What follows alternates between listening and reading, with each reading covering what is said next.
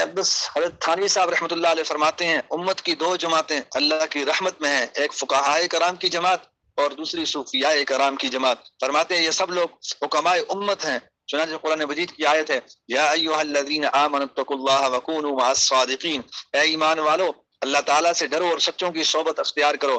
علامہ آلوسی رحمۃ اللہ علیہ روح المعانی میں لکھتے ہیں کہ خالطوہم لتکونوا مثلہم وکل کریم بالمقارن یقتدی، کہ ان کے ساتھ اتنی تعلق رکھو، اتنا آنا جانا رکھو، اتنا میل جول رکھو کہ تم ان کی طرح بن جاؤ۔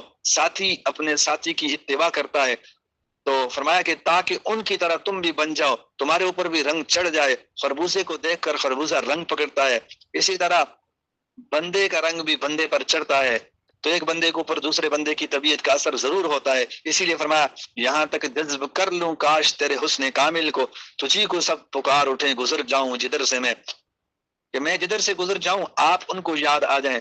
نبی کریم صلی اللہ علیہ وسلم کی سنت میں ایسے رنگ جائیں کہ بندہ جدھر سے گزر جائے لوگوں کو مسلمانوں کے پیغمبر اسلام یاد آ جائیں۔ ملا علی قاری رحمۃ اللہ علیہ اس حدیث مبارکہ کے بارے میں فرماتے ہیں ایک طبیعت دوسری طبیعت سے اتنی خاموشی سے چیز اخذ کر لیتی ہے پتہ ہی نہیں چلتا۔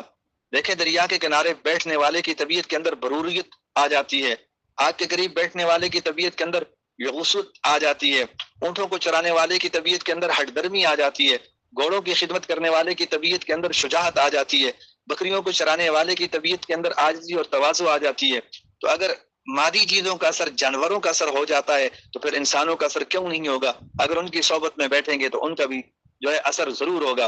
دوسری حدیث مبارکہ ہے اسما بنت زبیر فرماتی ہیں میں نے نبی علیہ الصلوۃ والسلام کی خدمت میں عرض کیا اے اللہ کے نبی جعفر کے بچوں کو نظر لگ جاتی ہے، خاون کا نام لیا، فرما افس توفی لہم، کیا میں انہیں کچھ پڑھ کے دم کر دیا کروں؟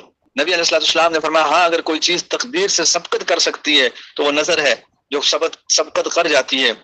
نظر میں اتنا اثر ہوتا ہے، اب سوچئے کہ جس نظر کے اندر عداوت تھی، دشمن تھی، بغض تھا، کینہ تھا، حسد تھا، وہ نظر اگر اثر کر جاتی ہے تو جس نظر کے اندر محبت ہو، شفقت ہو، رحمت ہو، اخلاص ہو تو پھر وہ نظر کیوں نہیں اثر کرتی؟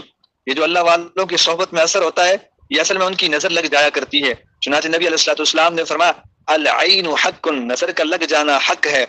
مولا علی قاری رحمۃ اللہ علیہ اس حدیث کے تحت لکھتے ہیں کنت وجدت هذا العین نظر العارفین، میں نے اس نظر لگنے کو عارفین کی نظر میں پایا۔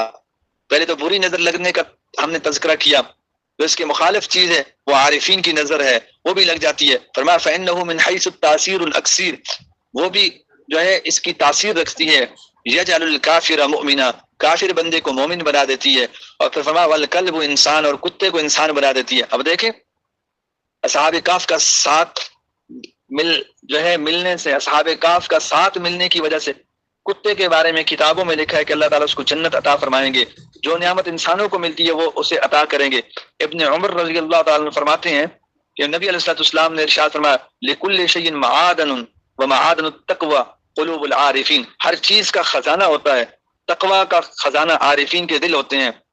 تو حدیث کہتے ہیں نبی علیہ الصلوۃ والسلام کی بات کو، اور فقہ اس بات کی سمجھ کو کہتے ہیں، تو سمجھنے کے لیے فقہ کی ضرورت ہے۔